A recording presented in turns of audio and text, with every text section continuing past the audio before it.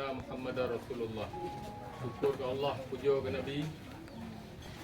Salawat salam sampai-sampai dapat sampai ke junjungan katanya Rasulullah Muhammad sallallahu alaihi wasallam. Sallallahu alaihi wasallam.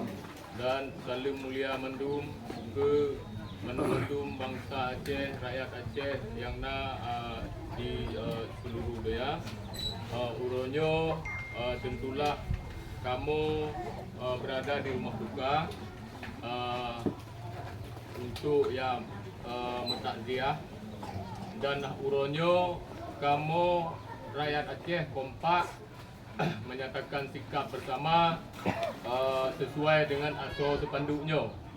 Jadi hari ini kami rakyat Aceh menyatakan sikap kepada Bapak Jokowi agar mengadili seadil-adilnya terhadap kasus yang menimpa adik kami, yaitu Tengku almarhum Tengku Imam Maskur bin Tengku Mansur.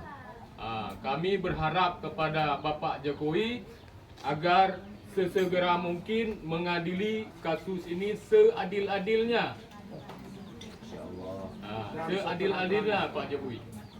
Itu saja harapan dari kami rakyat Aceh. Semoga Bapak Jokowi terbuka hati dan dengan segera mungkin mengadili pelaku yang telah menyebabkan adik kami meninggal dunia. Terima kasih. Akhirul kalam kami ucapkan wabillahi taufiq wal hidayah. Wassalamualaikum warahmatullahi taala wabarakatuh. Waalaikumsalam warahmatullahi wabarakatuh.